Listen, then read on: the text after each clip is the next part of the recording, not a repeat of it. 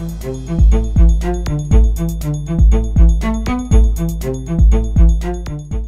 bon jeudi à tous.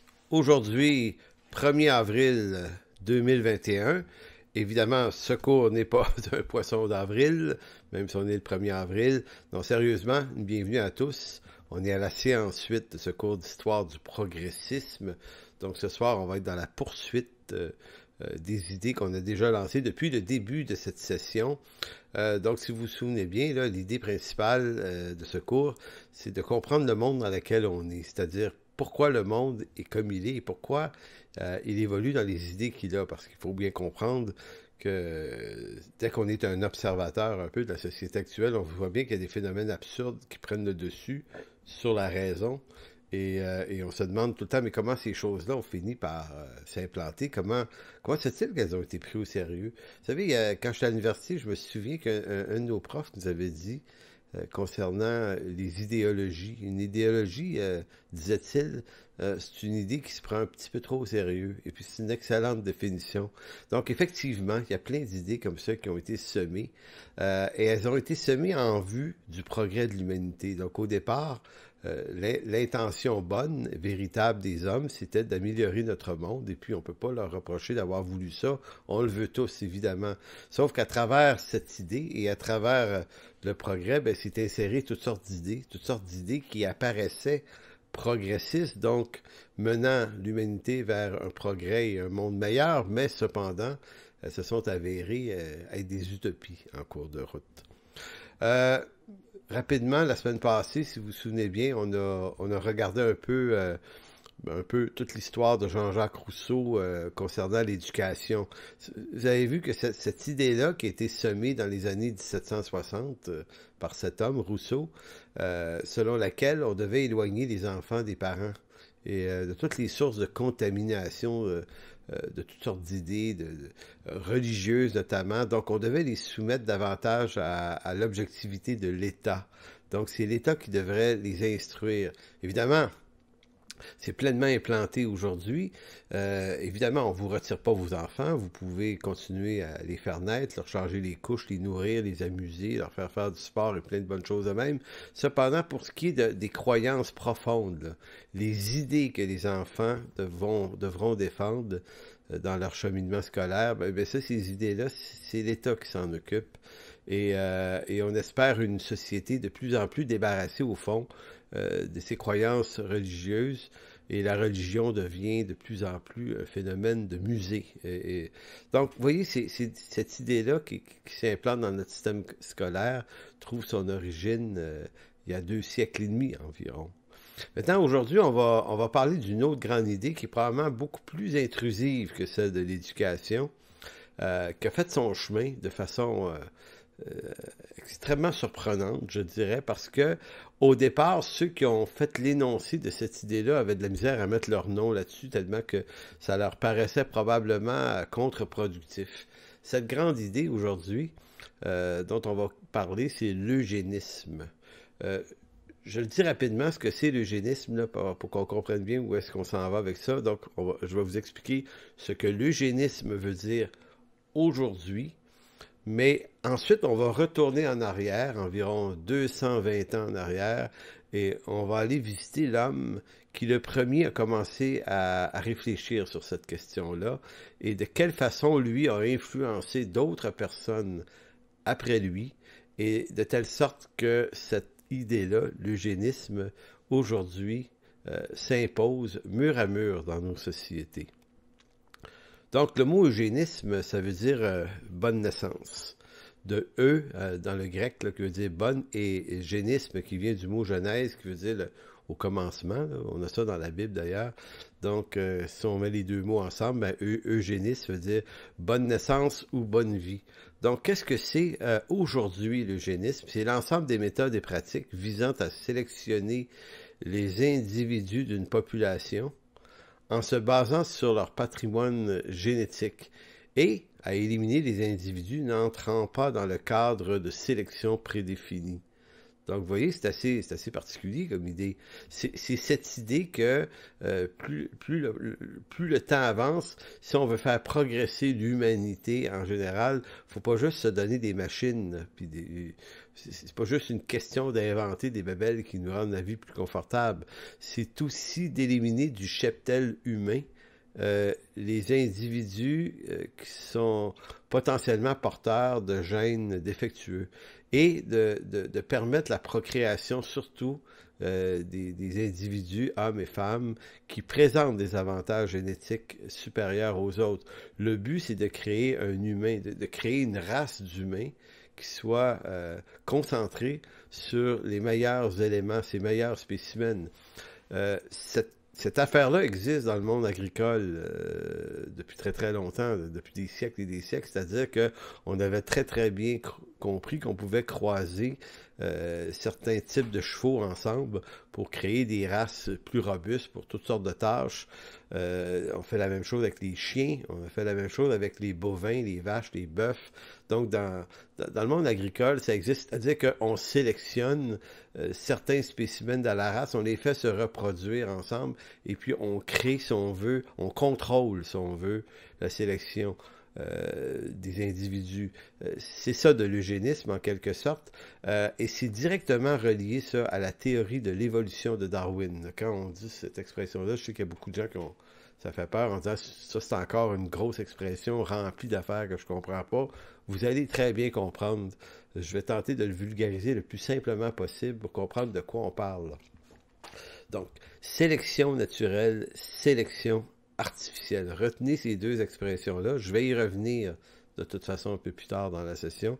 Mais la sélection naturelle, nous dit Charles Darwin dans son ouvrage de 1859, c'est cette idée selon laquelle dans la nature, si vous prenez une meute de loups, prendre ça comme exemple, là, dans une meute de loups, c'est les plus forts, les plus capables, ceux qui maîtrisent le plus, qui vont davantage se reproduire que les plus faibles.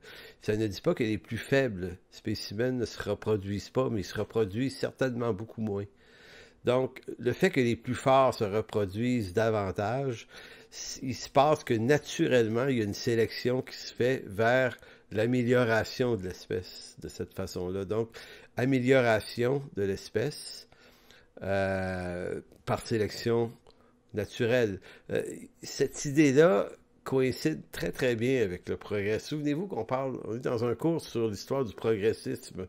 Donc, toutes les idées qui sont de nature à initier une forme de progrès ou d'amélioration va être la bienvenue dans les 2 derniers siècles parce que on est dans une idéologie progressiste.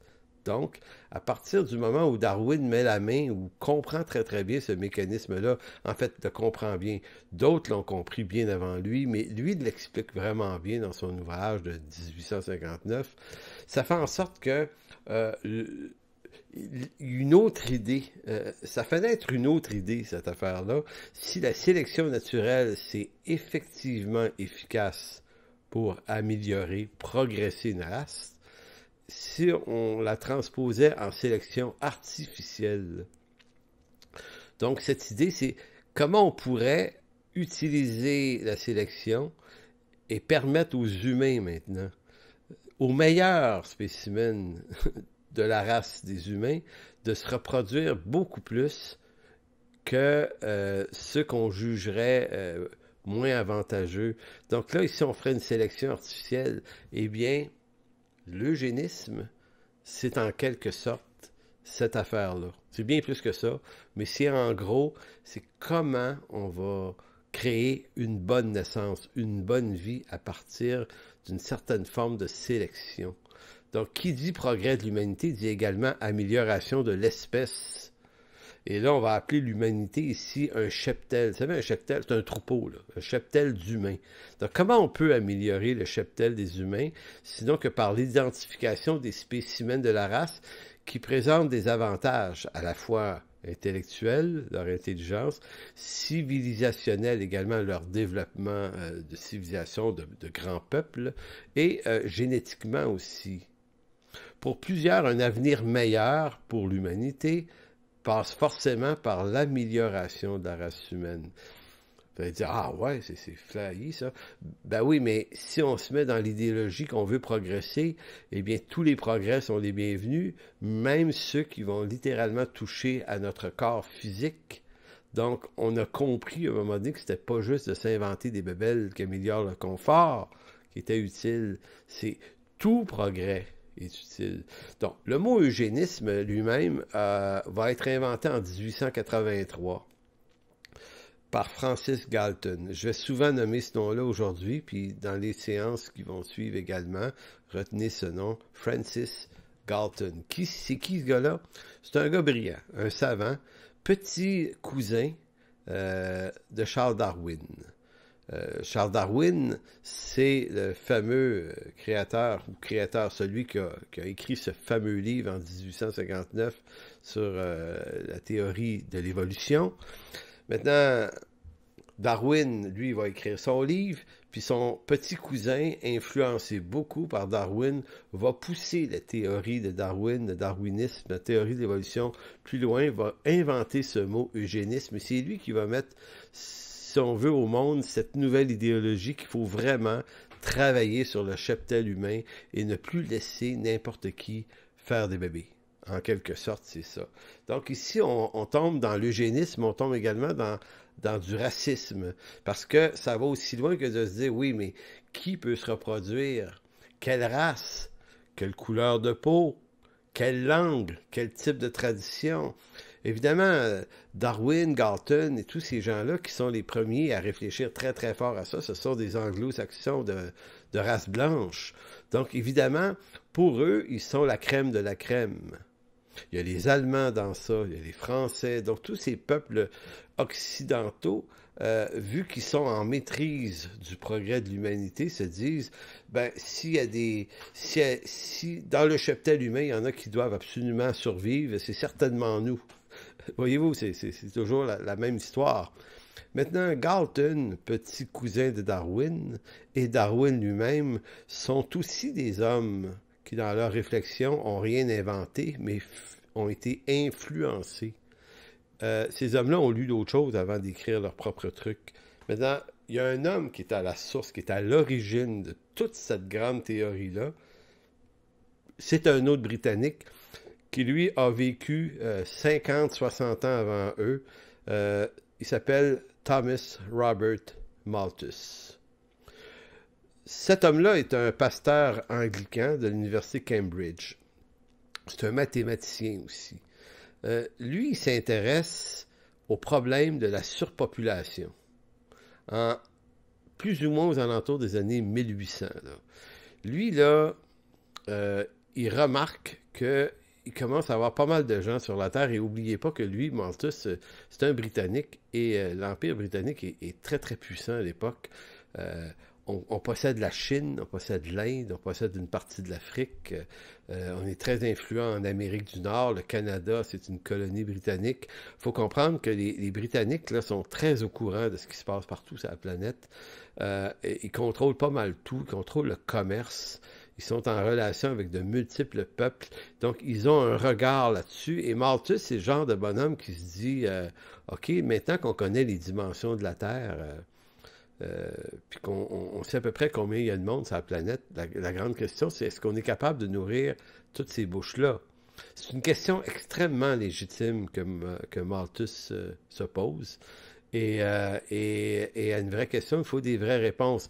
Cet homme-là est souvent vu comme un débile, un fou.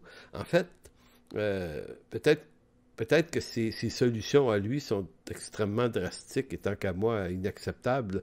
Sauf que le questionnement qu'il avait, qui était qu'est-ce qu'on fait à partir du moment où la croissance de la population, on appelle ça la croissance démographique, dépasserait la croissance de la production en nourriture.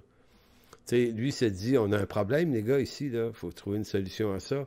Fait que c'est Malthus qui est un des premiers à s'intéresser à l'idée de réduire, de ralentir la croissance démographique, à tout le moins, de la réduire et même de la faire reculer, de limiter le nombre d'humains sur la Terre.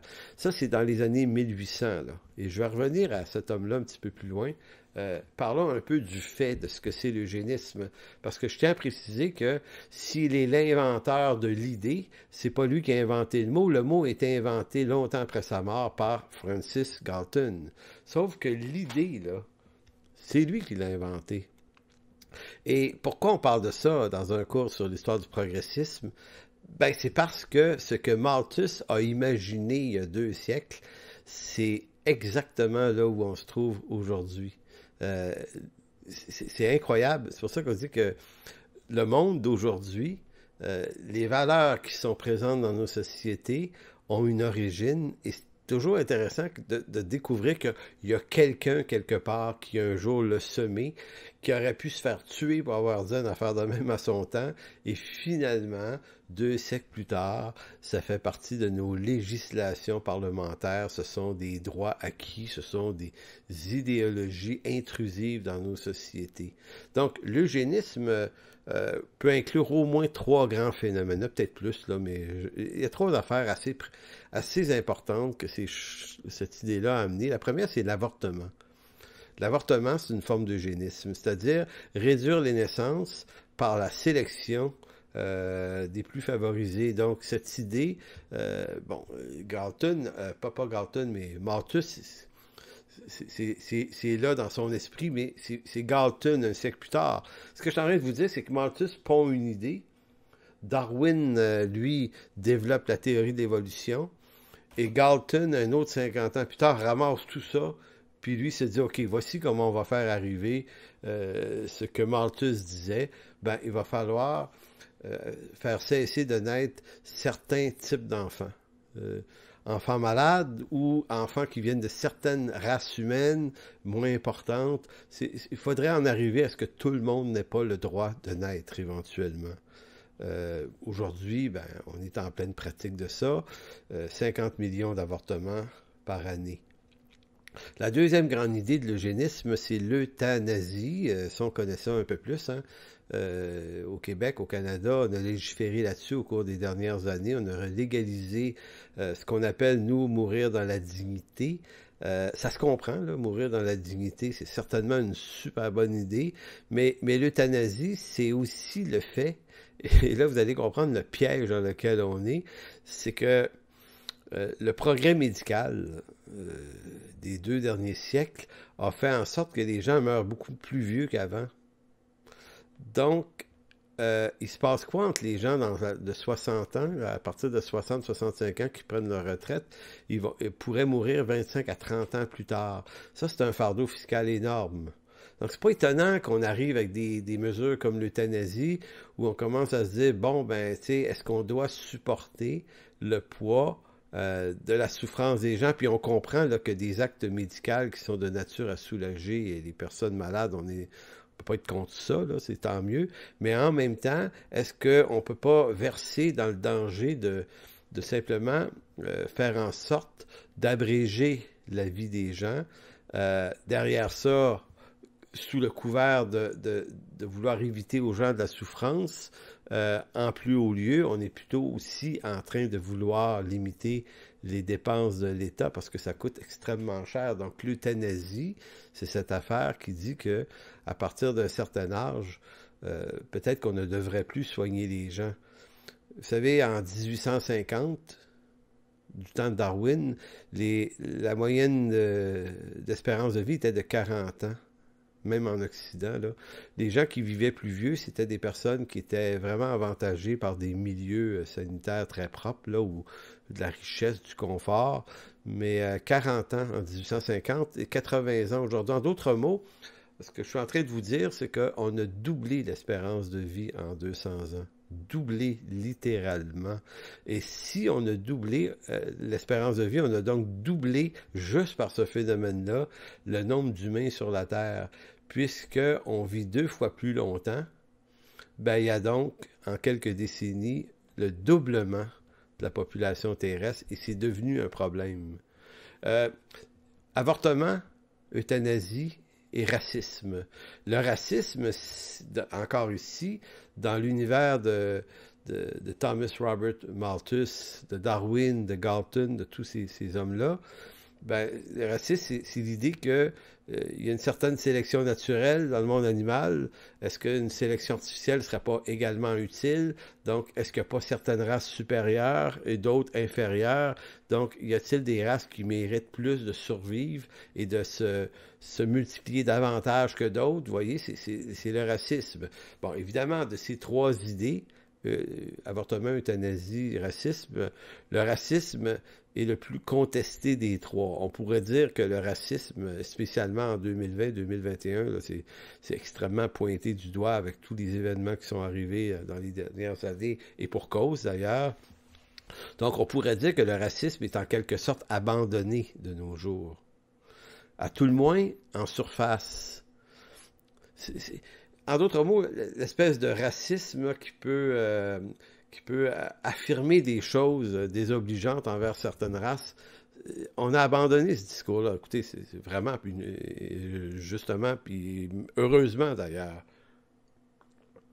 Sauf que dans les faits, plus subtilement, les Occidentaux, là, vous savez ce que je veux dire, les Nord-Américains, les Européens, c'est ça les Occidentaux, croient tout de même que leurs idées à eux, parce que c'est les Occidentaux qui sont à la tête du progrès, là, puis du progressisme. Donc, il y a quand même une croyance chez les Occidentaux que leurs idées, leur conception de la société, leurs idéologies sociales sont supérieures aux autres pays dans le monde et doivent s'imposer, devraient s'imposer. En d'autres mots, notre bonne façon de vivre devrait devenir celle de tous les peuples du monde et on s'est donné des moyens de le faire arriver, non plus par les guerres, mais par le truchement d'institutions internationales. C'est là qu'on voit naître des organismes comme l'ONU. Tous les pays membres dans le monde, signataires des chartes de l'ONU, adhèrent à des idées internationalistes et vous avez plein d'organes là-dedans, l'UNESCO étant une, pour moi, des plus redoutables, qui est une agence des Nations Unies qui s'occupe de la culture et de l'instruction et de la science. Donc, à travers ces organismes-là, les idées des Occidentaux deviennent des idées dominantes. Ainsi, l'avortement, par exemple, devient une valeur qui devrait s'expatrier partout dans le monde, même chez des peuples qui ne sont pas d'accord. Il va y avoir des pressions pour qu'ils adhèrent à ça. Les mariages entre personnes de même sexe, même chose, on va dire, ben, c'est une excellente idée, c'est du progrès. Donc, tout progressisme doit s'imposer. Théorie des genres également. Certaines formes de féminisme, moi, je suis pas contre le féminisme en passant, là, toute l'égalité homme-femme, ça me pose aucun problème. Au contraire, je trouve que c'est rempli de solutions dans ça. Mais en même temps, vous avez des formes de féminisme qui sont extrémistes, là, ça fait plus de bon sens. Ben, ça aussi, c'est là. Également, laïcisation des systèmes scolaires. Les systèmes scolaires qui doivent adopter un certain nombre de valeurs, souvent anti-religieuses. UNESCO va contrôler ces affaires-là. Donc, toutes ces valeurs-là tendent à s'imposer partout dans le monde et souvent en échange de flux financiers pour soutenir des systèmes d'éducation, par exemple. Regardez, je vais vous donner un exemple. Il y a une douzaine d'années, j'étais au Ghana. Un ami pasteur à moi là-bas qui s'appelait Ernest. Il est décédé maintenant, mais Ernest, c'est un bon ami que j'allais visiter à chaque fois que j'allais en Afrique. Avait une église à Tema, au Ghana. Et lui, son église a une école. Et puis à un moment donné, il m'explique que le ministère de l'Éducation du Ghana reçoit des subventions de l'UNESCO, organe mondial qui s'occupe d'éducation, et les montants, les millions de dollars qui sont versés sont pour être déversés dans les écoles du Ghana.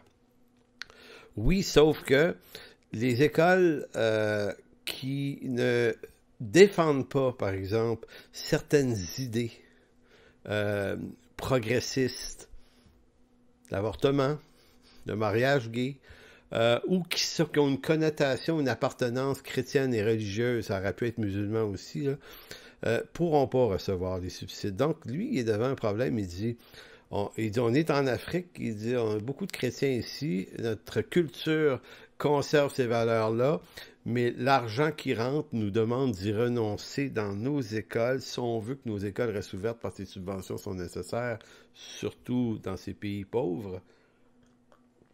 Donc, je me souviens que moi, j'étais avec d'autres, on essayait de trouver des façons, des moyens. Comment on peut aider cette école-là? Puis on a trouvé du soutien pour les aider à rester ouverts malgré la perte de subventions. Comprenez mon histoire ici, là, cette anecdote-là, là, c'est un phénomène mondialiste de plus en plus, c'est que la forme de racisme auquel on assiste aujourd'hui, c'est peut-être pas un racisme de haine, mais c'est un racisme d'imposition culturelle. Les Nord-Américains, là, puis les Occidentaux sont convaincus d'avoir trouvé les meilleures idées progressistes, et donc si on veut faire progresser l'humanité, il faut que tout le monde sur la planète adhère à ce genre d'idées de progrès-là.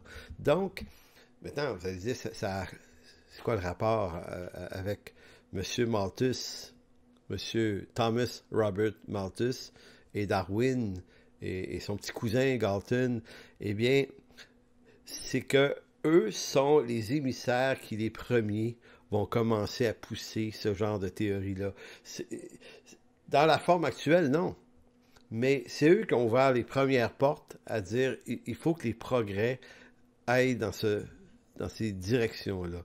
Donc, l'eugénisme va faire son chemin. Ça apparaît sous la plume de M. Malthus, hein, aux alentours des années 1800. Ça va influencer Darwin, ça va influencer Galton. Et au moment où Malthus réfléchit à sa théorie, il faut comprendre que le monde anglo-saxon exploite la traite des populations noires. Et moi, ce que j'aime beaucoup faire en histoire, c'est des corrélations, de dire, OK, pendant que lui est en train de réfléchir sur sa théorie eugénique, vous avez les Britanniques qui participent au transport de populations africaines, noires d'Afrique, aux États-Unis. On est dans le monde de l'esclavage aussi. Donc, il se passe ça en Angleterre en même temps. Donc, Malthus, lui, il voit tout ça se passer, là. Donc, le monde anglo-saxon exploite, comme je dis, les populations noires d'Afrique par l'esclavage dans les colonies américaines maintenant qui sont devenues les États-Unis. Et cette idée du racisme et de la traite des esclaves, c'est une conception progressiste et scientifique des hommes du 18 et du 19e siècle, et c'est issu du monde athée. Et malheureusement, les chrétiens ont fermé les yeux là-dessus, ont laissé faire ça. Et aux États-Unis, notamment dans le sud, tout le monde était chrétien là-bas et achetait des esclaves quand même. En d'autres mots, c'est pas parce qu'on est chrétien qu'on est nécessairement brillant.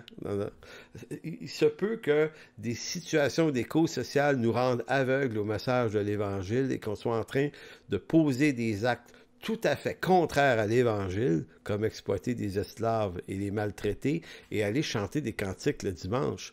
Je vous dis, nous sommes capables d'être idiots à ce point. Maintenant, il se passe ça en Angleterre, il se passe ça aux États-Unis, et c'est un grand problème.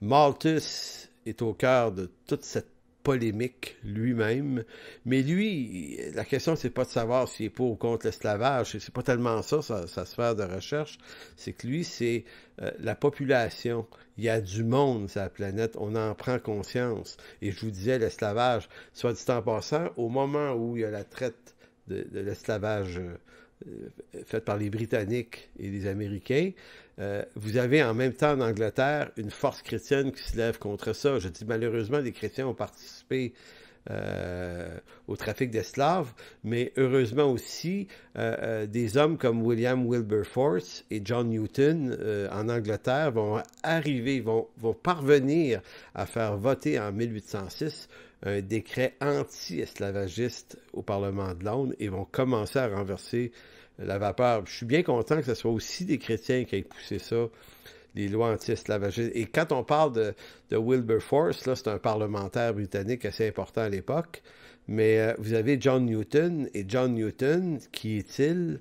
On parle pas d'Isaac Newton, c'est pas le savant ici, c'est John Newton, c'est un ancien propriétaire de bateau qui transportait des esclaves aux États-Unis, qui un jour s'est repenti, et c'est lui qui a composé le fameux chant qu'on fait régulièrement dans nos églises, Amazing Grace. Donc lui n'a pas composé ce chant-là dans un champ de fleurs, là, et de pétales.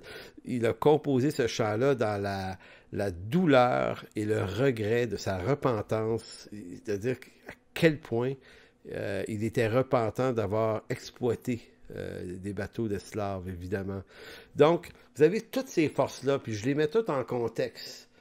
Donc, comme je vous dis, il y a la traite des esclaves. Il y a en même temps des chrétiens qui se lèvent contre la traite des esclaves en Angleterre. Et vous avez en même temps un problème de population qui augmente. Et vous avez en même temps M. Thomas Malthus qui, lui, est en train de remarquer que la Terre, la population du monde augmente. Il va falloir faire quelque chose. Et en même temps que ces théories-là sont là, de Malthus à Darwin, à Galton, tout ça va aboutir, et là ça peut paraître exagéré, mais ça ne l'est pas du tout. Adolf Hitler, celui qui a fait tuer 6 à 7 millions de Juifs, il n'y a même pas un siècle, est un pur produit des théories racistes et scientifiques de ce monde, de cet univers, de ces hommes-là, de Malthus, de Darwin. Vous savez, quand on dit souvent que les religions sont mauvaises parce qu'elles ont amené beaucoup de guerres, eh bien moi je regrette, mais ça c'est faux. Ça l'a amené malheureusement des guerres au Moyen Âge, dans la période évidemment de la Réforme, il y a eu des tensions catholiques, protestants, puis il y a eu toutes sortes d'affaires. Je ne suis pas en train de nier le fait, mais les théories scientifiques modernes, progressistes et raciales et athées sont responsables des plus grands carnages au cours du dernier siècle et demi. C'est pas croyable le nombre de morts que ces théories-là ont provoqué parce que des gens y ont cru. Vous savez, que Darwin et Galton aient parlé d'eugénisme, c'est une chose. C'était écrit dans des livres. Maintenant, on était assez fous pour l'écrire, mais peut-être pas assez fous pour le mettre en pratique, sauf qu'il y a toujours un fou qui se lève à un moment donné. Et dans ce cas-ci, Adolf Hitler est ce fou qui s'est levé pour se dire, ben, on va mettre ça en pratique. On va éliminer des races inférieures. Donc, c'est aussi ça. Et l'héritage du progrès est responsable de sa part de carnage dans l'histoire de l'humanité. Maintenant, revenons sur la croissance démographique, parce que c'est bien la question qui était soulevée par M. Malthus. Il y a 2000 ans exactement, au moment de Jésus-Christ à peu près, là, il y avait 250 millions d'habitants sur la Terre, pas plus. 250 millions, là, c'est moins que la population des États-Unis actuellement. Il y avait ça pour toute la Terre.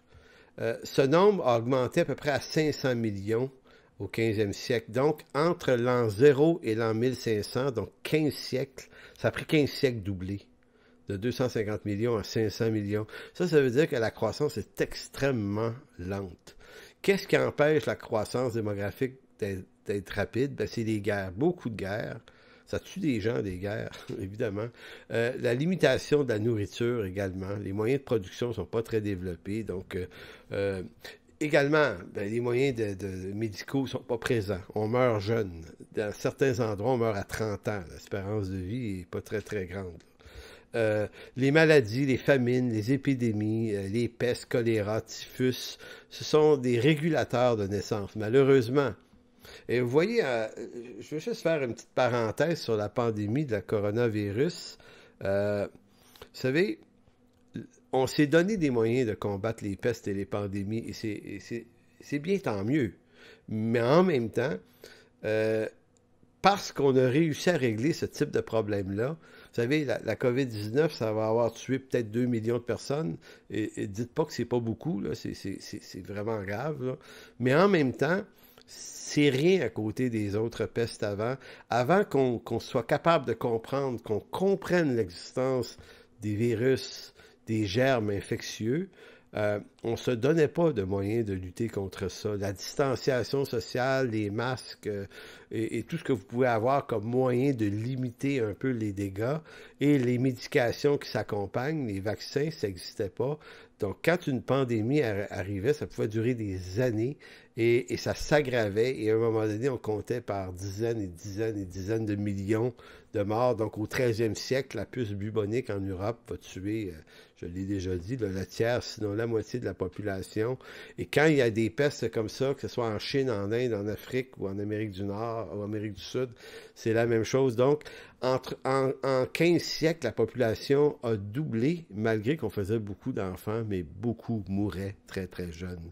Donc, à partir du 19e siècle, le siècle de Malthus et de Darwin, par exemple, ben, l'impact du progrès en médecine va vraiment se faire sentir. On va améliorer les conditions d'hygiène et tous ces nouveaux progrès, ces avancées scientifiques pour lesquelles on est heureux, là, ça améliore notre niveau de santé, nos conditions de toutes sortes, va faire baisser le taux de mortalité. Chez les gens en général, chez les enfants aussi, va étirer l'espérance de vie. Donc, on vient de se créer un vrai progrès. On est plus, on ne meurt point à la naissance et on meurt plus vieux. Donc, vous allez dire, alléluia, c'est quoi le problème? Ben, c'est que le problème, c'est que ce progrès-là soulève une nouvelle catégorie de nouveaux problèmes. Parce que plus de monde, il faut plus de bouffe. Il faut qu'ils mangent. Et ça va devenir un nouveau défi. Soit dit en passant, c'est en 1847. 1847, là, c'est il y a 170 ans environ, là. Il y a un obstétricien hongrois qui s'appelle Ignaz Semmelweis. Va remarquer l'incidence dramatique élevée des morts dues à la fièvre puerpérale chez les femmes ayant accouché à l'aide des médecins et étudiant en médecine à l'hôpital général de Vienne, où il travaillait. Alors qu'il remarque, lui, M. Semmelweis, que les accouchements pratiqués par des sages-femmes en maison, les enfants survivent. Fait que lui, il se dit, comment ça se fait que les enfants qui naissent à la maison ne meurent pas à la naissance de maladies qu'on comprend mal, et ceux qui naissent à l'hôpital, beaucoup de mortalité infantile.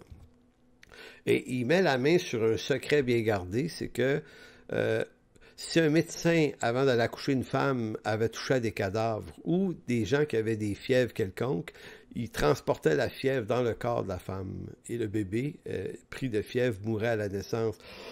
Alors, il fait partie de ceux qui nous ont appris récemment là, à se laver les mains, au monde hospitalier, à se laver continuellement les mains, puisque les mains sont des transporteurs de germes.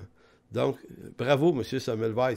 Il découvre quelque chose. Sa découverte, comment dire, c'est une découverte à la négative. Il découvre pas quelque chose de bon, il découvre quelque chose de mauvais qui nous empêche de faire quelque chose de bon.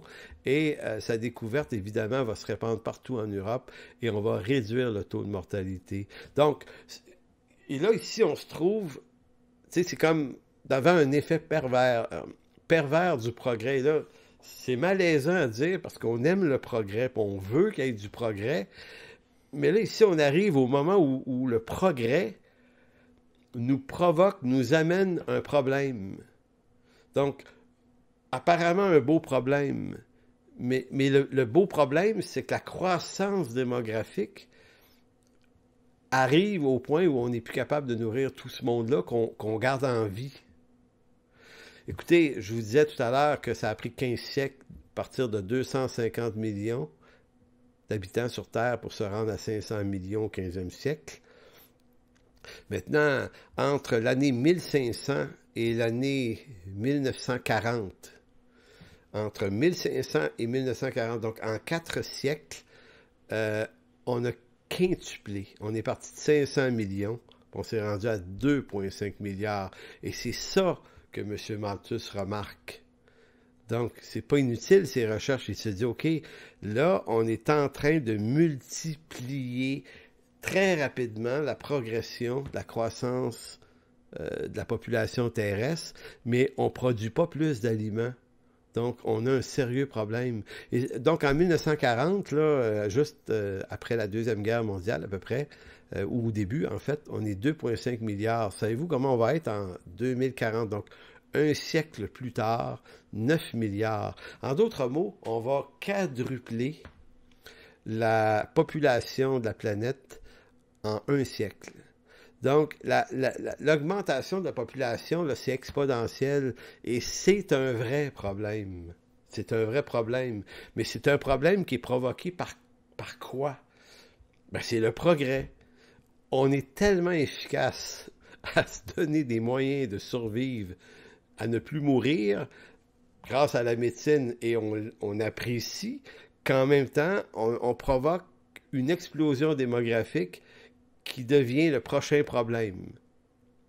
Donc, la population terrestre étant à un niveau tellement élevé, ben c'est pas juste qu'on manque de nourriture, c'est qu'on finit par manquer d'eau potable aussi, puis on finit par polluer la planète parce que à la gang qu'on est, on pollue, mais c'est effrayant, également par les énergies fossiles, le pétrole, mais aussi par tous les déchets qu'on produit. Donc, quand on imaginait le progrès au 18e siècle, on les voyait pas, ces choses-là. On disait, le progrès, c'est juste bon, c'est toujours bon. Il n'y a rien de mauvais là-dedans. Ce qui est mauvais, c'est tout ce qui empêche le progrès. Mais là, on entre dans l'utopie du progrès et on se rend compte que le progrès est le vecteur d'une nouvelle famille de problèmes pour lesquels on n'a à peu près pas de solution. Ça montre juste à quel point, comme dit l'Écriture, ce monde est maudit et sous la malédiction du péché. Et qu'il n'y a pas d'autre rédemption pour ce monde que le salut en Jésus-Christ avec une nouvelle terre et des nouveaux cieux. Écoutez, en Angleterre, en l'an 1800, là, au moment où Malthus fait ses réflexions, on vient de voter une loi au Parlement britannique qui va permettre l'envoi de pas moins de 100 000 enfants au Canada. Des enfants âgés de 3-14 ans qui n'ont pas de parents, qui sont abandonnés dans les rues, qui sont ramassés dans des crèches un peu partout, on ne sait plus où ils mettent. Et puis certains disent, ben envoyons-les au Canada, pays vaste, on a des familles là-bas, on va demander aux gens qui émigrent au Canada de prendre des enfants. Et ça s'est fait. Pas moins de 100 000 enfants ont été amenés ici au Canada. On parle de au moins 10 millions d'enfants abandonnés dans les rues partout en Europe, et 10 millions d'enfants à Londres, en France, un peu partout. Les enfants errants, très très jeunes, abandonnés dans les rues. C'est très très complexe le problème. Et dans ça, il y a des chrétiens qui leur réflexion, c'est ben nous, on doit multiplier, se féconder. Il y a un commandement de Dieu qui nous dit d'avoir beaucoup, beaucoup, beaucoup d'enfants. Puis on comprend l'idée et le commandement de Genèse 1,28 puis de Genèse 9,1 de remplissez la terre. Sauf que il fallait aussi comprendre que est-ce que c'était vraiment un commandement ou est-ce que c'était une bénédiction? Une prise de possession. Mais en tout cas, certains ont compris que si t'as fait des enfants, puis pose-toi pas de questions, puis en même temps, on arrive des fois à une forme de bêtise dans ça. Si on fait beaucoup d'enfants, mais qu'on n'est pas capable de s'en occuper, de les nourrir, qu'on les abandonne à la rue, ben là, il y a quelque chose qui fonctionne pas dans notre réflexion. C'est-à-dire que l'Écriture nous demande pas de ne pas avoir un bon jugement sur les situations. Fait que, bref, le problème est énorme. Il est énorme. Donc, c'est là qu'arrive Monsieur Thomas Robert Malthus. Lui, en 1798, donc 2 ans avant 1800, il va publier un livre. Il sait que son livre contient des idées rébarbatives à son époque, que les gens pourront pas accepter, mais ça reste que lui met le doigt sur un problème pareil. Il fait qu'il va refuser de signer son nom, c'est ce qu'on appelle auteur anonyme, mais on va savoir que c'est lui un peu plus tard. Mais son livre s'appelle Essai sur le principe de population. Ça connaît un immense succès, mais ça déclenche des polémiques parce que, comment vous dire, les solutions qu'il amène, je vais vous les lire tout à l'heure, sont comme drastiques. Ça n'a pas de bon sens. Mais en même temps, lui, il dit, ça n'a pas de bon sens, mais faut réduire la population terrestre. On est devant un vrai problème. Et là, ici, je tiens à préciser une chose importante à notre réflexion de croyants, c'est que apprendre à réfléchir sur ce qui se passe dans notre monde, c'est important aussi. Ça fait partie de l'ordre créationnel des choses. Si Dieu nous a demandé de gérer ce monde et d'assujettir ce monde, c'est pas pour le... Comment vous dire? C'est pas pour le briser, ce monde. Et souvent, nous, comme chrétiens, on va juste être contre ce que Malthus a fait. Puis on va dire, ben Malthus, c'est un fou parce qu'il est vraiment jugé très sévèrement. Et je comprends pourquoi, mais en même temps, c'est comme pour toute la question entourant l'avortement. Les gens qui ont pensé à l'avortement, puis moi, je suis contre l'avortement, mais complètement contre l'avortement. Mais j'ai essayé de comprendre pourquoi il y a des gens qui ont été pour ça. C'était-tu juste des démoniaques avec des cornes sur la tête qui voulaient tuer des enfants? C'est quoi qu'il y avait en dessous de leur recherche? C'est quoi leur réflexion? Et leur réflexion, ben, c'était tout le problème des enfants abandonnés. C'est comme si on navigue en pleine misère. On se dit, mais qu'est-ce qu'on fait avec ça? Comment on règle ce problème-là? C'est l'invention de tous les moyens de contraception. Beaucoup sont comme ça, mais ceux qui ont pensé à ça se sont dit, oui, mais on veut une solution à un vrai problème. Donc, nous, croyants, on ne peut pas s'expulser du problème, de la réflexion du problème, et juste être contre les solutions qui nous pondent. En d'autres mots, si on est contre l'avortement, soyons au moins disposés dans nos églises à soutenir des femmes qui vont choisir d'avoir un enfant et de ne pas l'avorter, de ne pas juste être contre l'avortement, mais d'être proactif et pragmatique dans l'aide qu'on pourrait amener à des personnes en besoin de ce côté-là. Sinon, on devrait juste rien dire, parce qu'être juste contre, être juste de mauvaise humeur, c'est pas un argument qui permet de trouver des solutions. Donc, c'est vrai pour l'avortement, mais c'est vrai pour la surpopulation. Monsieur Malthus voyait un vrai problème. Et il avait raison. Il y avait un vrai problème. Il y avait trop de gens abandonnés, trop de gens qui mouraient de faim, puis trop de gens qui mouraient dans la misère. Puis lui, il s'est dit, ben, il faut faire en sorte que ça n'arrive pas. Mais c'est quoi la solution? Donc, son livre va avoir un retentissant succès. Il va subir plusieurs éditions. Ça, c'est en 1798. Mais écoutez, 28 ans ou 30 ans plus tard, on est rendu à la 6e édition. Et ce livre-là tombe entre les mains d'un dénommé Charles Darwin. Charles Darwin, c'est l'auteur, c'est celui qui, une vingtaine d'années plus tard, va publier un ouvrage qui s'appelle L'origine des espèces par le moyen de la sélection naturelle. Donc, Darwin, quand il écrit son livre, là, il a Malthus en écho dans sa tête. Il y a un problème de surpopulation.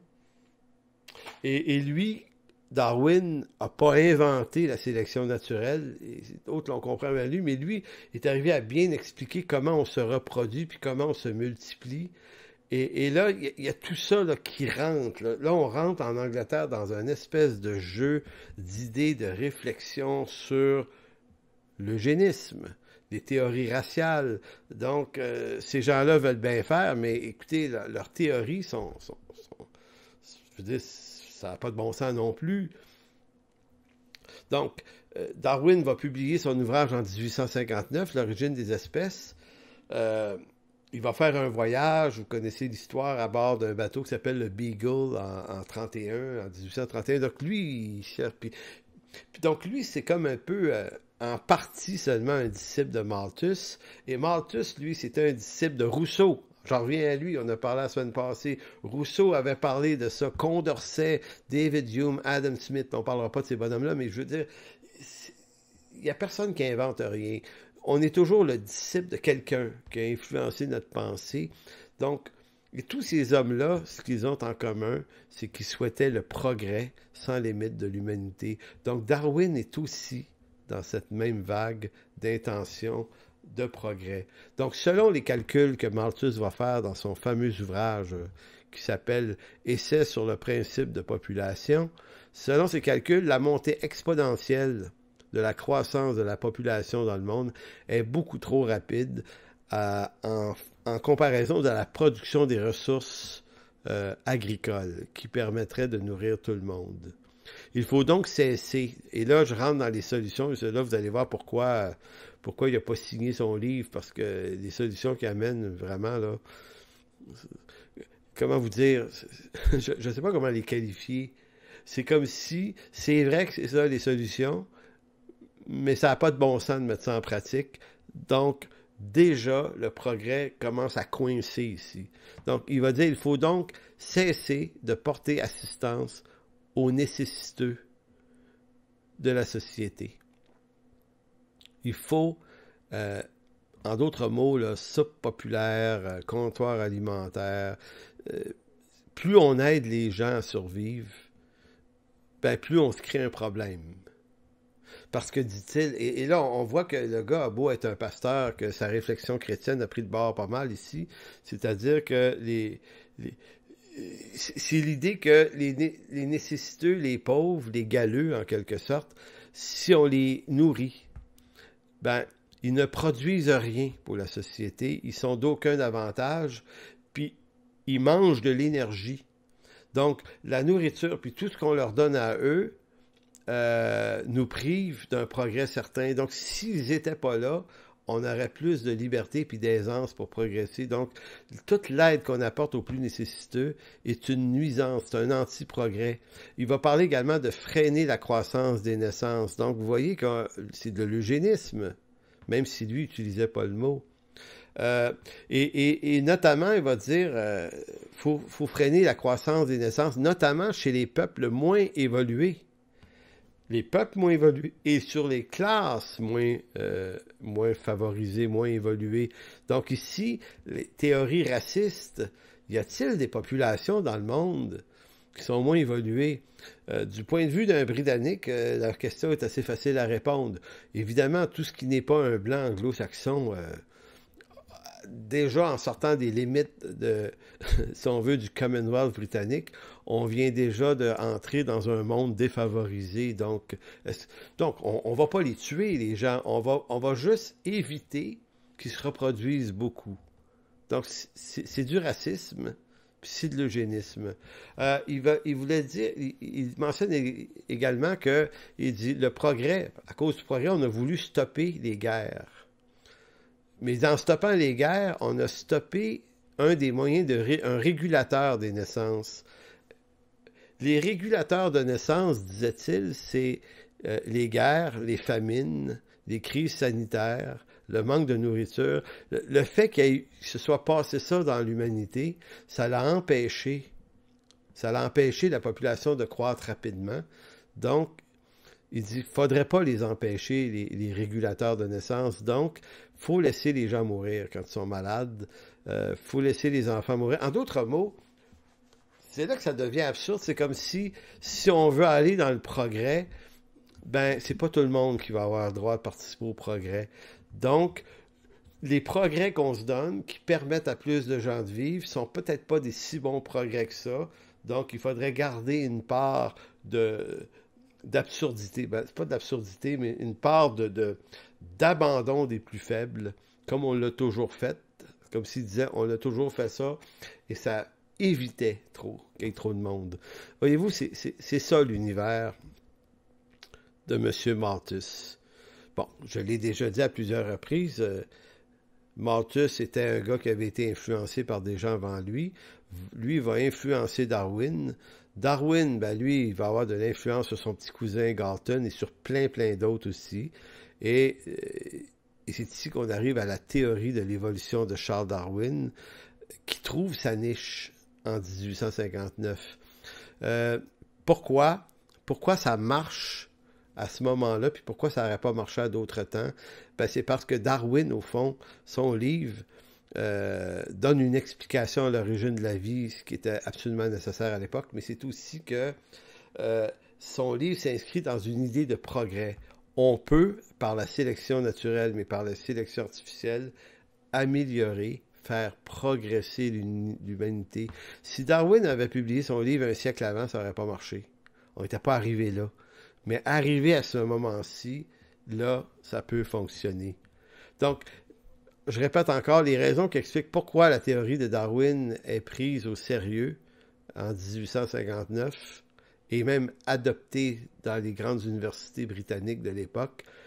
C'est que quand on est dans une période de l'humanité et au moment de Darwin, la remise en question de l'existence d'un Dieu créateur est de plus en plus effective dans le monde des savants. Tu sais, je disais que science et foi ne s'opposent pas, mais ici, ça a commencé à s'opposer par des hommes comme Darwin et d'autres. C'est que si on met de côté l'idée d'un Dieu créateur, ben, on tombe dans la trappe de la quête du sens.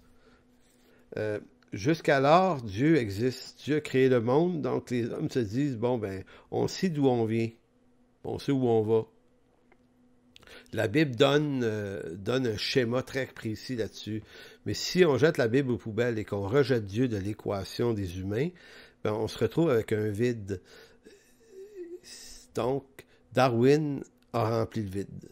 Avec sa théorie, on n'a plus besoin d'un Dieu créateur pour expliquer notre existence. On est le fruit d'une longue évolution des espèces et ça remonte. Et là, d'autres, après Darwin, vont écrire là-dessus, vont trouver l'idée géniale et on s'est créé une autre origine, une autre conception. L'idée d'un monde sans Dieu ne relève pas des progrès de la science, mais de la philosophie qui, lentement mais sûrement, tend à créer un schisme entre science et croyances religieuses. Donc, Darwin et la théorie de l'évolution, ça a fonctionné donc pour deux raisons. Il nous faut un nouveau Dieu, une nouvelle origine. Darwin y pourvoit. Très, très bien. Et à la fois, on est dans un monde qui fait la promotion du progrès dans toutes les directions. Donc, tout ce qui est une bonne idée pouvant faire progresser le monde est forcément bienvenu. Donc, aujourd'hui, on s'est parlé de Thomas Robert Malthus. J'ai tenté de vous expliquer l'origine de toutes ces grandes idées qui ont fait de notre monde ce que notre monde est devenu. Autant ces hommes-là se posaient des questions, ils voulaient résoudre des problèmes, voulaient activer le progrès, autant certains d'entre eux ont commencé à se rendre compte que le progrès engendrait des nouvelles sources de problèmes, des problèmes encore plus grands. Et vous voyez, aujourd'hui, on est à l'apogée de tous ces progrès-là. On les a tous intégrés dans nos vies. Toutes ces valeurs-là, eugénistes, avortement, euthanasie et autres. Et ça devait rendre le monde pas mal meilleur. Et finalement, en 2021, ben moi, personnellement, je suis pas sûr du tout que notre monde va mieux. En fait, je suis convaincu qu'il va de plus en plus mal. Donc, encore une fois, ça montre que le progrès, bien que c'est une bonne idée à la fois, ben, le progrès entre les mains de l'homme devient facilement une utopie. Donc, on va se laisser là-dessus pour cette semaine. J'espère que vous avez apprécié cette séance. On va se revoir la semaine prochaine pour la suite. Et dans la suite des choses, on va voir le génie de l'homme au 19e siècle. Vous allez voir, c'est étonnant. C'est étonnant ce que l'homme a pu comprendre et inventer, qui a propulsé le progrès. Si Darwin a été capable de faire accepter son idée d'évolution, c'est parce qu'il y avait un vent tellement puissant en direction du progrès que toute idée qui pouvait expliquer des choses était la bienvenue. Donc, la semaine prochaine, on va poursuivre là-dessus. D'ici là, portez-vous bien.